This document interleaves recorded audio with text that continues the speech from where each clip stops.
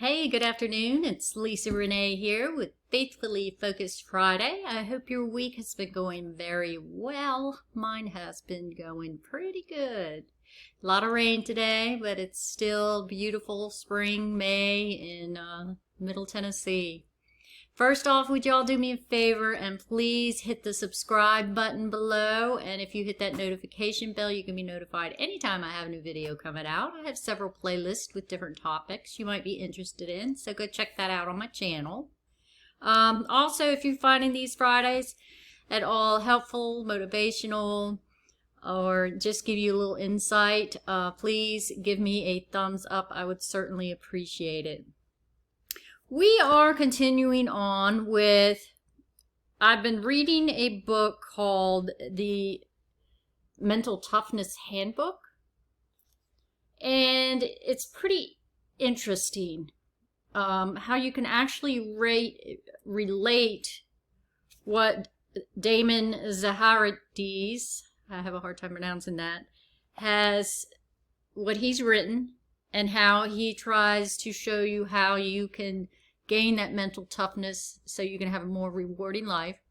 And we can relate it to the Bible. I'm using the King James Version, KJV, if you can see that up at the top. So everything we reference will be, and the scripture is referenced inside of the Bible will come from King James Version. So I've found verses, if I look something up online and I find verses, but they're not from the King James Version, I go to look in the King James Bible, and it's like, that's not what that chapter and verse says. So if you're following along with the King James Version, you'll be able to reference it. So this week, there are 8 sworn enemies of mental toughness that Damon goes over. And I'll just mention them briefly, and then I'm going to show you how you can find Bible verses that can help you with that and actually help you to grow once you understand, what my Bible says. And then I can do this. My Bible says yes. My Bible says don't. So the 8. Number 1, self-pity. 2, self-doubt. Number 3, your inner critic. Remember that little voice inside says, oh, you can't do that. Or I'll never be able to do, that program of exercises. I'm too old. No. Number 4 is fear. Number 5 is laziness. Number 6 is perfectionism. Number 7 is emotionalism. I didn't even know that was a word. And 8, self-limiting beliefs. So a couple of these kind of coincide. 3, your inner critic, and 8, self-limiting beliefs. I mean, that's still, it's that little voice inside of you that is always nagging at you that, oh, don't try, this new workout program because you're never going to be able to do it. Or it's that little voice that says, don't you dare ask for a promotion at work. You don't deserve it. I mean, that's all that negative stuff that just works in your mind and is an enemy of building mental toughness. So you always have to work on these. Self-pity. Damon talks how you're always feeling sorry for yourself and, oh, woe is me. And that's exhausting. It takes a lot of energy, and it sabotages your resolve to be tough and handle life in general. It affects your very behavior and your attitudes towards everything. If it's always, oh, well, I'm just poor me, kind of like that victim thing. It's never my fault. Somebody else did that to me, poor me. The self-doubt, thinking you can't do things, thinking your lack of ability and skill is holding you back from success, from, creating the life that you've always wanted. That's just a limiting belief. I mean, where was that? Self-limiting beliefs. Number 8. I mean, all of these kind of go together. They just kind of narrow in on specifics. And self-doubt paralyzes you. You never can move forward from things. You think that just because you've been hurt, and perhaps a divorce, somebody walked out of your life, and you think, well, I'm just not good enough. I should never be married again. I mean, or I'll never have a friend like that again. That's your self-doubt. It's thinking you're not worthy. The third one, the inner critic, there's that voice inside your head. Same with the self-limiting beliefs. It's crippling. It seems like it yells at us. You know, we got to be able to quiet that down. Fear of what might happen holds you back. There's that mental toughness pushes fear down and says, yes, I may be afraid, but I don't ever let it stop me. Never let it stop you. Because fears are usually unfounded. And there was an acronym for FEAR. I'm going to have to look that up. If you know what that is, leave it in the comments. But it's not a real event, or it's your imagination running wild usually. Doesn't mean you shouldn't, be wary and be able to handle, danger if necessary. But fear is mostly, it's a distortion of reality. And it holds us back from our true abilities to do whatever it is we really want or desire, or even our purpose, our God-given purpose. Number 5, laziness. Number 5 and 6, I have had to work on laziness and perfectionism.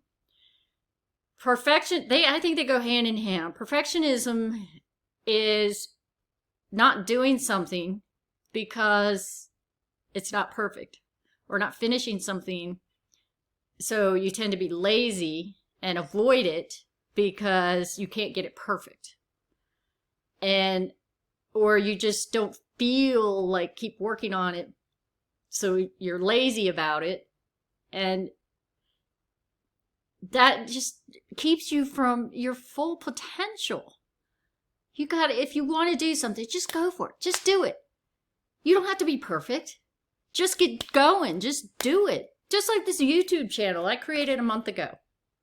I have always thought that I would love to be able to do and create content like all those YouTubers out there with millions of followers and such. And so it kept me from doing it. And finally, when I started learning some mental toughness, I decided you just got to get doing it. Stop being lazy. Stop trying to be perfect. Just do it. You will get better and better and better as you go along. So whatever it is, whatever task you're holding back from because you believe you can't do it right, don't be lazy. Just get out there and do it. The last two, emotionalism and self-limiting beliefs, we kind of already went over because that comes into self-doubt as well. But emotionalism, they can be your best friend or your worst enemy. If you let your emotions control your actions, you're in trouble. You got to recognize, okay, if I'm feeling anger, why am I feeling angry? Don't just react.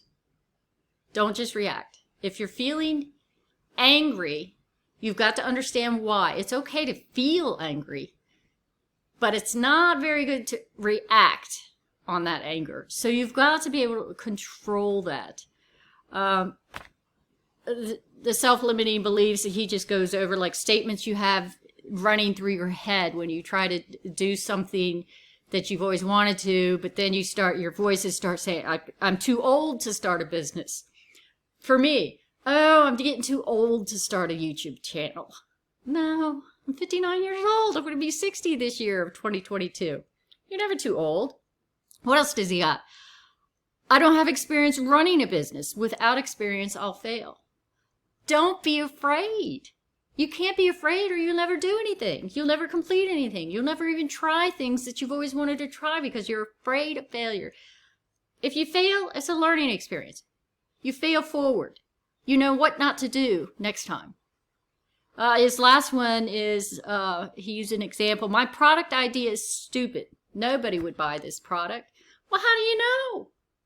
How do you know? You got to get out there and do it. So I found several Bible verses, Matthew 11:28-30, and I paraphrase. Sometimes the language in biblical language can be difficult to understand. So everybody has a different interpretation. I understand that, but for the most part, these were pretty straightforward. So Matthew 11:28-30, paraphrase, is the Lord saying, "Come to me, I will give you rest. You will find rest for your soul. With me, your burden will be lightened." So that goes to these things, thinking you can't do something. Take it to God. Take it to Him. All things. Nothing is too small for Him. Don't think you're bothering by praying for guidance when you're feeling one of these 8 limiting factors to mental toughness. You can't be afraid. Just take it to God. John 14:27. I like this one. I have given you peace. Be not afraid. Don't fear. Don't let fear hold you back. God has given you peace.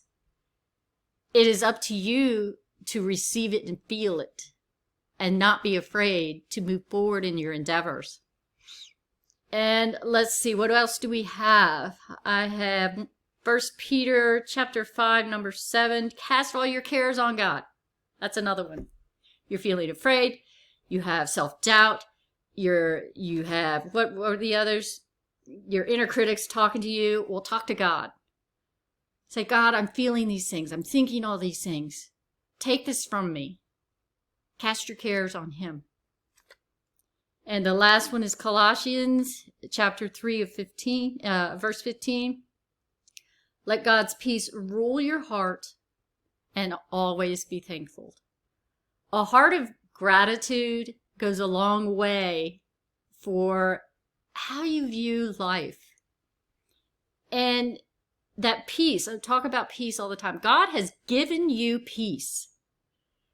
And I've had to learn this. He's given me peace. I just have to accept it and let everything in my life reflect that peace. How you handle your emotions, how you handle the negativities, just remain calm. Think before you speak, think before you act. And by all means, don't let anything hold you back from your desires and your dreams. The Bible has given us everything we need. All we got to do is accept it.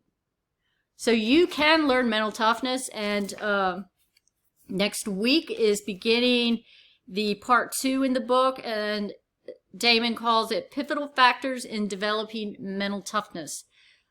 So I'd like to share this with you. I mean, I really think this is highly, highly important, and it's effective being able to compare it to the Bible so you can bring your faith into your self-improvement and self-growth. And knowing, you take everything to Jesus. And all things in prayer. You just, don't try to handle it yourself.